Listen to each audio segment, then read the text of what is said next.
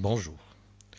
Dans cette vidéo, nous allons continuer l'étude de la convergence d'une série numérique quand les tests de d'Alembert, de Cauchy et de Riemann échouent. Dans cette partie, nous parlerons du test de Rabe-Duhamel. Pour cela, nous allons considérer l'exercice suivant, soit sigma de un une série numérique à terme strictement positif. On suppose que la limite de n facteur de 1 moins un plus 1 sur un égale alpha, lorsque n tend vers l'infini. Premièrement, montrer que si alpha est strictement supérieur à 1, alors la série sigma de un converge. Deuxièmement, montrer que si alpha est strictement inférieur à 1, la série sigma de un diverge.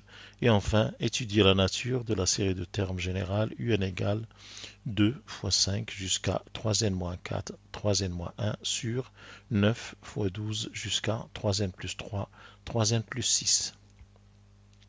Commençons donc par montrer la première question. Nous allons donc supposer alpha supérieur à 1. Donc nous avons la limite de n facteur de 1 moins un plus 1 sur un égale alpha, avec alpha qui est supérieur à 1. Lorsque n tend vers plus l'infini, alors soit b un réel, tel que b soit situé entre alpha et 1, alpha supérieur à b supérieur à 1. Alors, la suite de termes général n facteur de 1 moins un plus 1 sur un tend vers alpha. Donc, à partir d'un certain rang, elle sera proche de alpha et en particulier à gauche de b. On traduit ceci en disant il existe un indice grand N appartenant à n tel que dès que n dépasse grand N, le terme n facteur de 1 moins un plus 1 sur un qui tend vers alpha devient supérieur à b. Que l'on peut encore écrire pour n supérieur ou égal à grand N, nous aurons, on réduit sur le même dénominateur et on multiplie les deux morts par un qui est positif et on se retrouve avec n facteur de un moins un plus 1 supérieur à b un.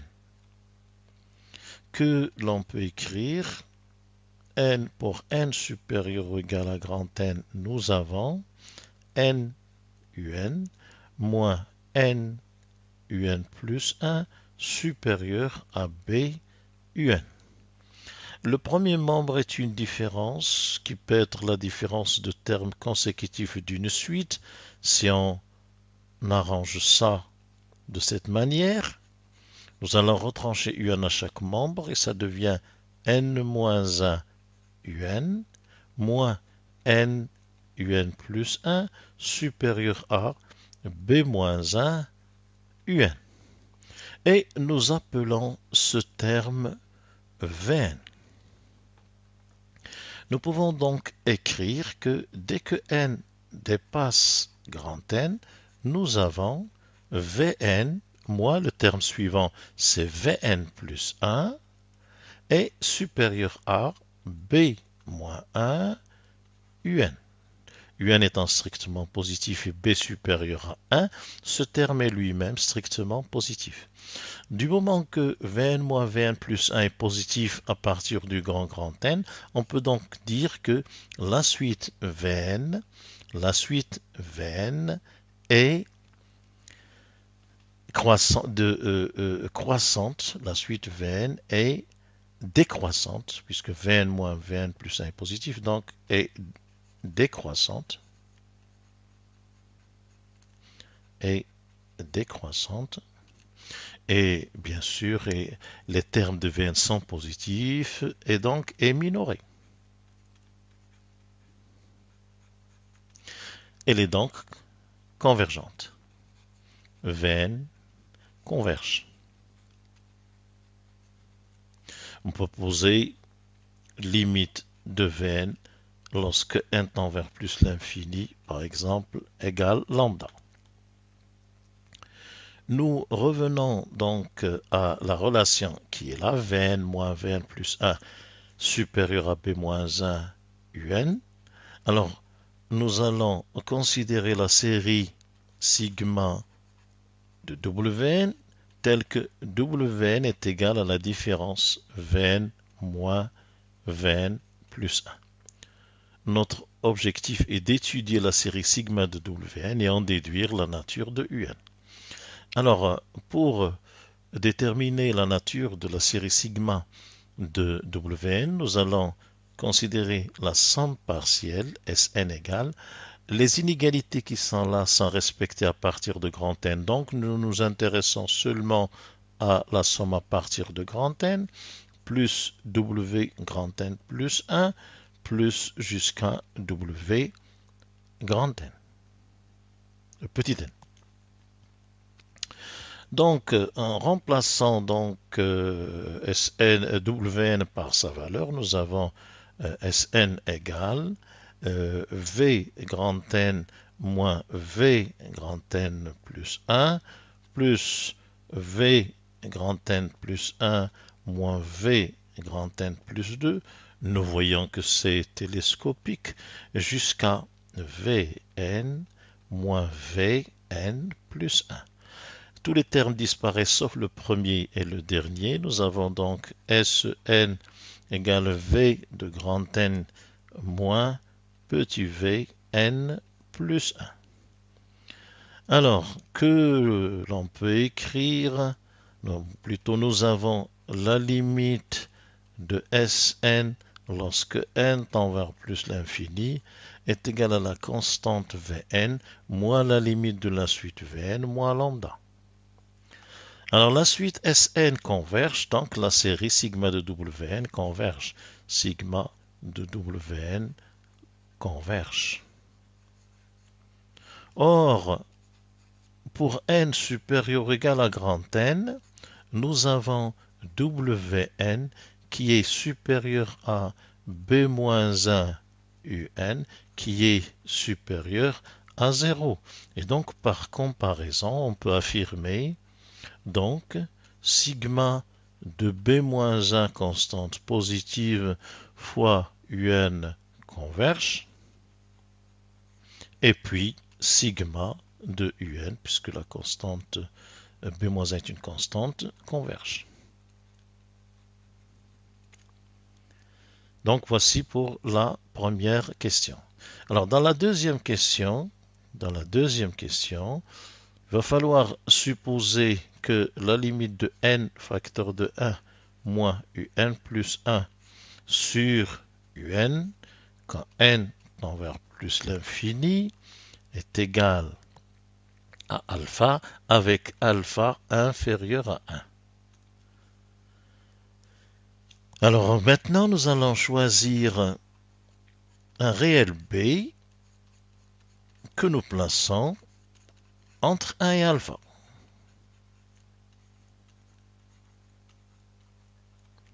La limite de cette quantité étant égale à alpha, à partir d'un certain moment, il sera en dessous de b.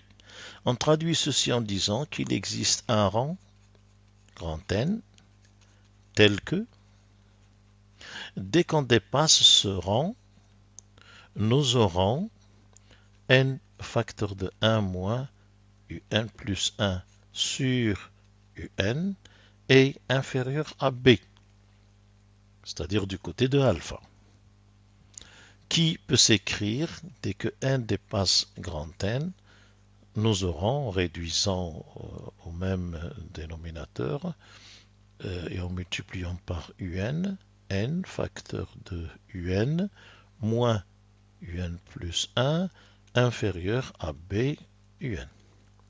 Faisant passer BUN dans le premier membre, cela nous donne, dès que n est supérieur ou égal à grand N, ça va impliquer n moins b Un moins n Un plus 1 négatif. Encore, dès que n est supérieur à grand N, n moins b un inférieur à n un plus 1. Alors b étant supérieur à 1, b étant inférieur à 1, donc moins b supérieur à moins 1, et nous avons ceci. Dès que n est supérieur à grand n moins 1 un est plus petit que n moins b un, plus petit que n un plus 1. Nous gardons le premier et le troisième, et nous écrivons ceci sous la forme, lorsque n est supérieur ou égal à grand n moins 1 un est inférieur à n un plus 1. Donc, si on pose Vn égale n moins 1 un, n moins 1 un, nous avons la suite Vn est croissante à partir de grand N, est croissante à partir de grand N. Alors en particulier, nous avons donc, quel que soit n supérieur ou égal à grand N, nous avons n u, plutôt, oui, n un plus 1 est supérieur à grand N un plus 1.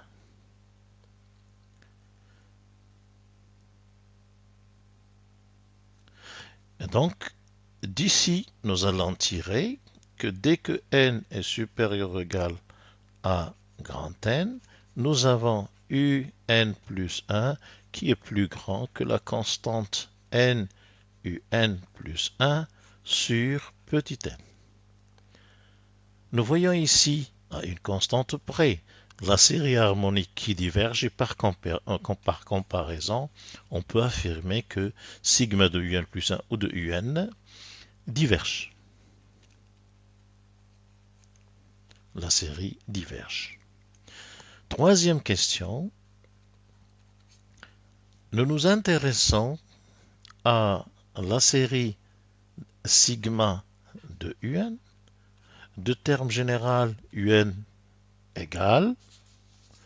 Alors revenons à la série un, c'était 2 fois 5 jusqu'à 3n moins 4, 3n moins 1 sur 9, 12. Donc, c'est arithmétique de raison 3. 3n plus 3, 3n plus 6. Alors, nous allons étudier cette série en lui appliquant la règle de d'Alembert. Pour commencer, un plus 1 sur un, ça va être 2 fois 5 jusqu'à 3n moins 4, 3n moins 1, et on ajoute 3, 3n plus 2, sur 9, 12, etc., jusqu'à 3n plus 3, 3n plus 6, 3n plus 9, que l'on multiplie par l'inverse de un, à savoir 9, 12, jusqu'à 3n plus 6, sur 2, 5, jusqu'à 3n moins 1. Alors, nous voyons qu'il va y avoir des simplifications. De même, là, de 9 à 2n, à 3n plus 6, et de 9 à 3n plus 6, et on se retrouve avec un plus 1 sur un qui est égal à 3n plus 2 sur 3n plus 9. On voit que la limite de un plus 1 sur un, lorsque n tend vers plus l'infini, est égale à 1. Et donc, comme on l'a vu dans une précédente vidéo, on a aussi la limite de racine nème de un lorsque n tend vers plus l'infini est aussi égal à 1. Alors aussi bien dans la règle de d'Alembert que dans la règle de Cauchy, nous sommes dans le cas douteux. Aussi, il est difficile de penser à une puissance n puissance bêta telle que n puissance bêta un tend vers 0 ou vers l'infini. Donc, les tests échouent. Par contre, si nous appliquons le test de la Duhamel, nous avons la limite de n facteur de 1 moins un plus 1 sur un, lorsque n tend vers plus l'infini, ça va être la limite de n facteur de 1 moins 3n plus 2 sur 3n plus 9. Ceci, c'est égal à la limite de n facteur de 3n plus 9 moins 3n moins 2, ça fait donc 7 sur 3n plus 9. Et on voit bien que cette limite est égale à, on prend les termes plus haut degré, 7 tiers. Nous sommes dans le cas où la limite est supérieure à 1 et d'après le test de Rapp-Duhamel, sigma de un converge. Donc on a pu donner une réponse au cas douteux grâce au test de Rapp-Duhamel. Je vous remercie.